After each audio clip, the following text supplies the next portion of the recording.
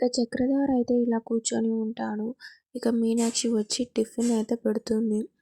ఇక టిఫిన్ తింటున్నప్పుడు ఇక పల్లవి వచ్చి ఇంక ప్లేట్ అయితే కొట్టేస్తుంది.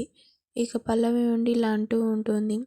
కట్టుకున్న భార్యకు ద్రోహం చేసి ఈమె పెట్టే తిండి తింటున్నావా డాడ్? నీకు కొంచెం కూడా సిగ్గుగా లేదా అని ఇక పల్లవి అయితే వాళ్ళ డాడ్ని అయితే తిడుతూ ఉంటుంది. ఇక అందరూ అయితే చాలా బాధపడుతూ ఉంటారు. ఈ వయసులోనే ఇన్ని నాటకాలు ఆడుతున్నావు అంటే ఇంకా వయసులో ఉన్నప్పుడు ఇంకెన్ని నాటకాలు ఆడేదానివో అని ఇక మీనాక్షిని అయితే అంటూ ఉంటుంది. ఇక ఒక్కసారిగా అవనికైతే కోపం వచ్చి ఇక పల్లవి చెంప మీద అయితే కొడుతుంది.